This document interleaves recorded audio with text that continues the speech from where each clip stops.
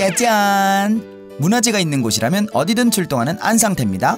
책장, 문갑, 반다지장 이 모든 가구를 못 하나 나사 하나 박지 않고 만들었다는데요.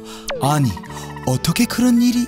바로 우리 선조들의 나무를 다루는 목공 기술이면 충분하다는 말씀. 전통 목공 기술 그대로 평범한 통나무를 단아한 자태의 전통 가구로 만드는 사람이 있습니다. 나무에 혼을 불어넣는다. 문화재 속 직업 이야기 전통 가구 디자이너입니다. 제가 찾아간 곳은 인천광역시 강화도의 한 공방. 목재들만 켜켜이 세워져 있는 창고를 통과했더니 나무를 갈고 깎고 찍어내기를 반복하고 있는 사람이 있는데요. 바로 전통 가구 디자이너 양석중 소목장입니다.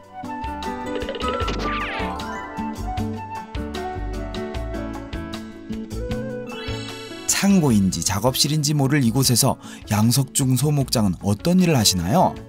우리 나무가 가지고 있는 이 아름다움을 잘 살리는 것이 우리 전통 가구가 가진 매력입니다. 이 매력을 잘 살려내는 것이 소목장의 임무이기도 합니다. 소목장이라는 말이 어렵나요? 여러분들도 잘 아는 목수는 대목장과 소목장으로 나눌 수 있어요.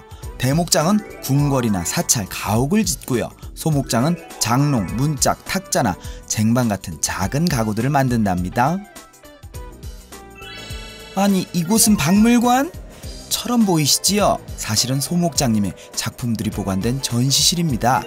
화려한 장식 없이도 단아한 멋, 자연 그대로의 색과 무늬를 고스란히 살려낸 예술품이네요. 예술품.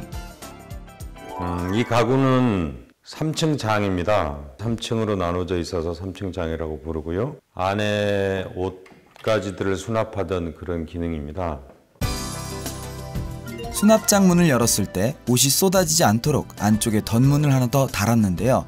참 세심하죠?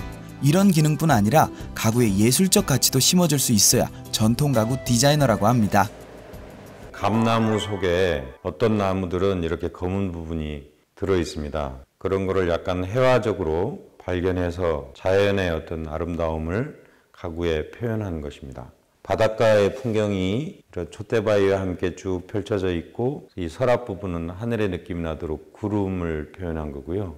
이 서랍 손잡이는 해 모양이 있고 저쪽 편에는 달 모양을 달아서 하늘과 바닷가와 이런 풍경이 가구를 쓰는 내내 그 공간에서 마치 그림처럼 나타나도록 제작된 겁니다. 그렇다면 우리 전통 가구는 어떻게 만들어질까요? 하나의 전통 가구 탄생까지 짧게는 5일, 길게는 6개월이 걸리는데요. 디자인을 구상해서 도면 그려야죠. 가구에 맞는 목재 골라서 자르고 깎고 대패질까지 마름질해야죠. 이것들을 끼워 맞춰서 조립하고 난 다음에 칠하고 장식하기까지 이 모든 단계를 소목장 단 한 사람이 해야 하기 때문입니다. 특히 도안을 그릴 때 소박한 목재가 예술적인 조형미를 얻게 되는데 통나무가 작품이 되는 순간인 거죠. 또 비바람을 맞으며 숙성된 나무만을 쓰는데요. 그래야 100년 후에도 뒤틀림이 없다네요. 이렇게 한 4, 5년 정도를 숙성하는 기간을 갖춥니다. 많이 말랐네. 너는 한 이제 2년 지났으니까 3년 뒤에 보자. 우와, 아니 무슨 나무 판자가 이렇게 많죠? 보통 사람들에겐 평범한 목재. 하지만 양석중 소목장님 눈에는 나무 결마다에 숨어있는 무늬들이 그냥 선명하게 보입니다. 제각각이 되고 싶은 게 있나 봐요. 나무가 고든 나무, 흰 나무, 무늬가 좋은 나무, 색깔이 좋은 나무 다 자기 장점이 달리 있어서 잘 알아보는 게 중요한 것 같습니다. 우와, 500여 개의 목공 도구들이 작업장 벽면을 가득 채우고 있는데요. 이 도구는 돌대송곳이라고 부르는 것인데 구멍을 뚫는 데 사용되는 겁니다.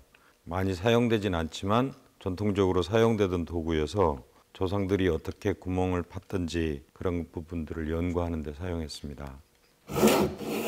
쇠못 하나, 나사 하나 없이 오직 짜임과 이음으로만 만들어진 전통 가구.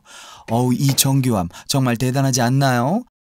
우리 가구가 다 짜맞춤으로 되어 있습니다. 그 짜맞춤에는 여러 가지 지혜가 담겨 있지만 제작 과정 중에서는 그만큼 치밀하지 않으면 안 되기 때문에 조금 더 치밀한 성격이 필요하고 꼼꼼한 제작이 필요한 과정입니다.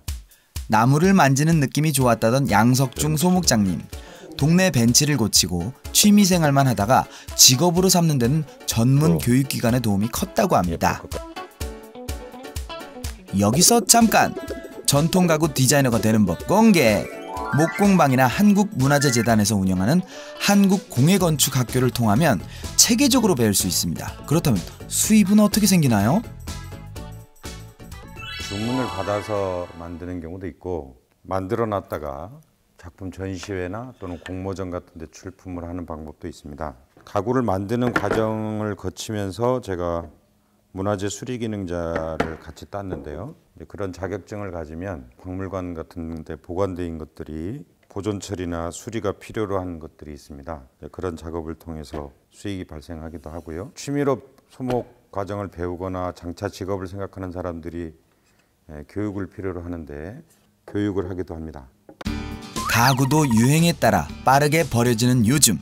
소목장은 한 곳을 꿋꿋이 지키는 나무처럼 전통 기법대로 가구를 만듭니다. 손재주가 좋고 문화유산을 내 손으로 만들어 보고 싶다면 전통 가구 디자이너 소목장에 도전해보세요.